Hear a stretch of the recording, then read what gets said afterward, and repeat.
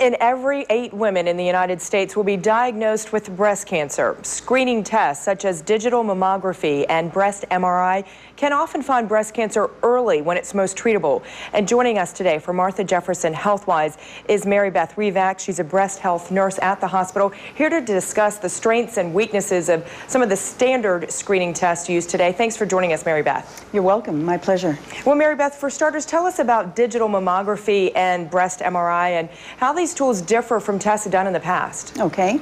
Well, digital mammography, first of all, is not really very different from analog mammography, the old film screen mammography. The only difference is in the way the films are processed.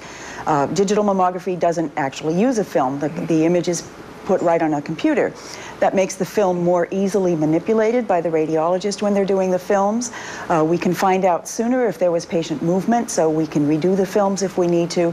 And it's been shown that digital mammography is more useful for younger women whose breasts tend to be more dense. And is that the same with an MRI? I mean, are they the same? No, MRI actually is quite different. An MRI is not a good tool for screening.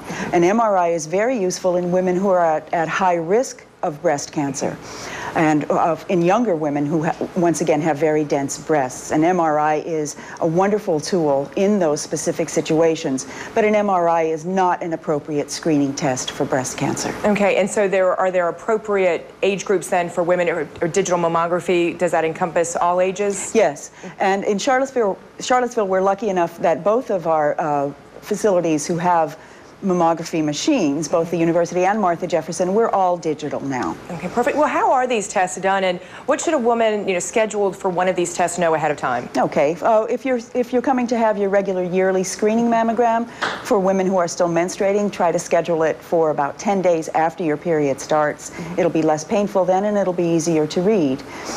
There's no great preparation needed for a mammogram. Don't wear lotion, powder, or deodorant. For an MRI, it's a different story. An MRI takes quite a while, and you need to have an IV started. You need to get some contrast injected. You have to go in and out of the MRI machine a few times, so that you can devote half of a day to having a breast MRI done. So that's another reason why it's not a useful screening tool, but that's something you need to prepare for. If you tend to be claustrophobic, you can ask your physician to prescribe maybe a drug that will make you less anxious and make the procedure more tolerable. Okay, but it's nice to know that these procedures are here and here to detect it early enough. Yes, okay, indeed. Well, Mary Beth Revac with Martha Jefferson Hospital, thank you for joining us tonight. My pleasure.